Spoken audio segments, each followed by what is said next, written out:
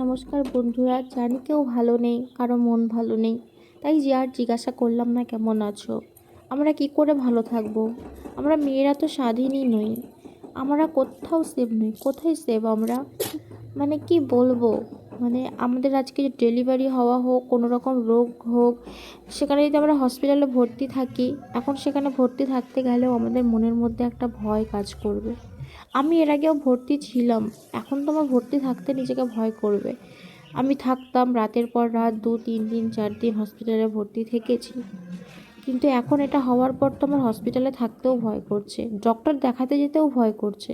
যতদিন না এর সুবিচার পাবে ততদিন আমাদের মন কারোরই ভালো হবে না হয়তো।